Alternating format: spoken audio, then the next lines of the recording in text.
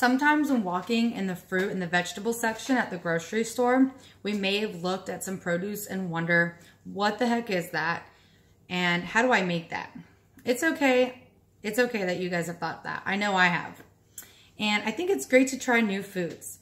But by doing so, we have to kind of step out of our comfort zone, try something new. We got to go online. We got to ask someone how to make it. And as many of you guys know, Cinco de Mayo is just right around the corner. And some of you might get invited to a Cinco de Mayo party and not know what to bring. I personally love to cook new dishes, and I like to watch people enjoy the dishes that I prepare. And I don't mind at all showing or, letting people know how I made these dishes. In fact, I enjoy teaching other people learn new things. I will go over a brief history on how guacamole became introduced, the materials needed to make it, and how to make guacamole. Some background information. Dictionary.com defines guacamole as a dish of mashed avocado with mixed lime or lemon, chopped onions, tomato, chili peppers, and seasoning. According to FSI.edu, 90% of avocado production in the U.S. takes place in California. The Aztecs invented guacamole when they arrived in the New World in the 1500s.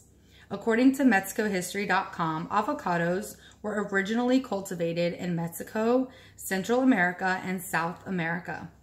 Aztecs believe that the avocado fruit produced fertility in both men and women.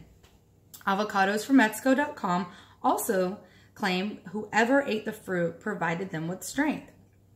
And USDA.gov avocado, it states that avocado has 2 to 3 times more potassium than a banana.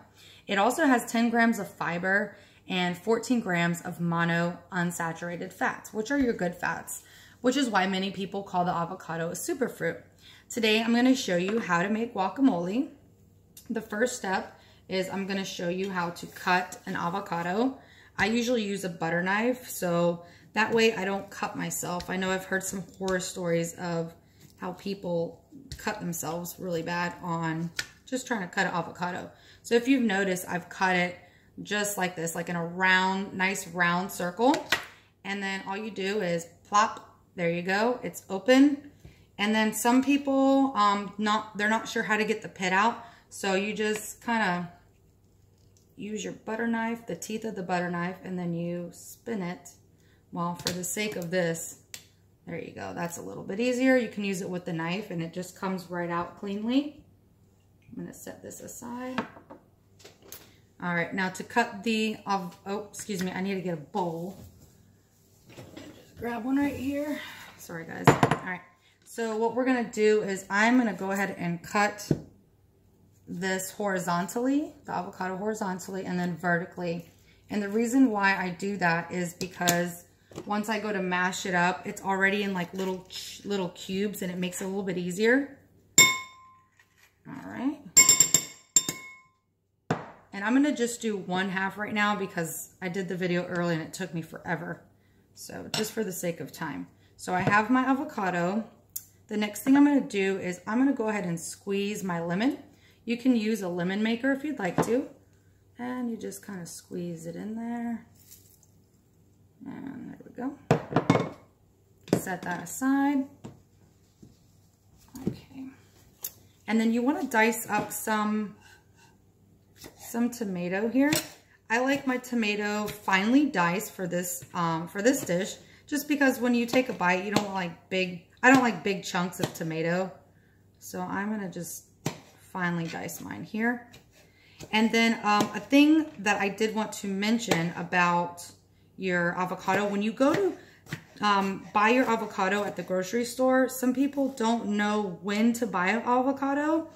And I say that if you can firmly squeeze the avocado and it's semi-soft and semi-hard, like a little of both in between, that's when you know that it's ripe and that's a good avocado and it's ready to go. It's ready to be cut like within the next day or so, or even that day.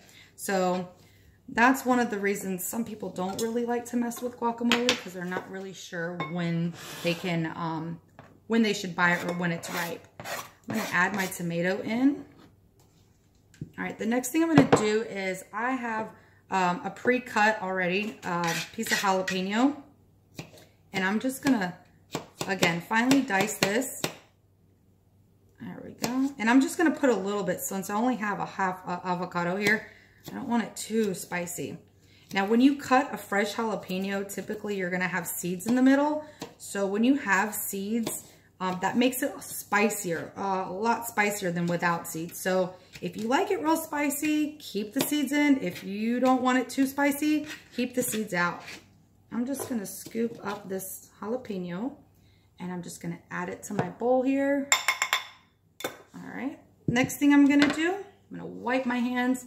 After you have handled jalapeno, especially fresh jalapeno, you wanna make sure that you wash your hands. I'm not, because I don't wanna turn my back on you guys. You won't be able to hear me, but definitely wash your hands. Don't touch your eyes until you've washed your hands. And then I'm gonna add my salt and my pepper. And that's just kind of at your preference there. And the last thing you wanna do, I typically just mash it all up at the end because it mixes the salt, the pepper. And I don't like my avocado, or excuse me, my guacamole too chunky. So I just kind of mix it there and mash it pretty well. And I'm gonna go ahead and mash it with this little guy here because it makes less noise. All right, guys, well, that's pretty much my demonstration for you. There's so many different ways that you can do your guacamole. Again, I forgot to add my onion, but some people like onion, some people don't. Just for the sake of time, I'm not gonna add onion to this one. There's so many different ways that you can make guacamole, but this is just basically the basic way how to make it. I hope you guys have learned something and I hope you guys enjoyed my video. Thank you.